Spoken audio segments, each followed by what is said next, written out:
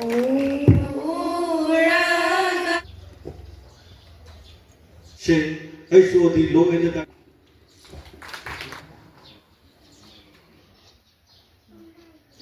passed over the call. Indira Devi, chief guest. Lady Inaudi Devi, secretary, my young Willie. Lady Deepak, this is always zero high. Sida Yamaru at the red 20 women empowerment department. We see Viksit Bharat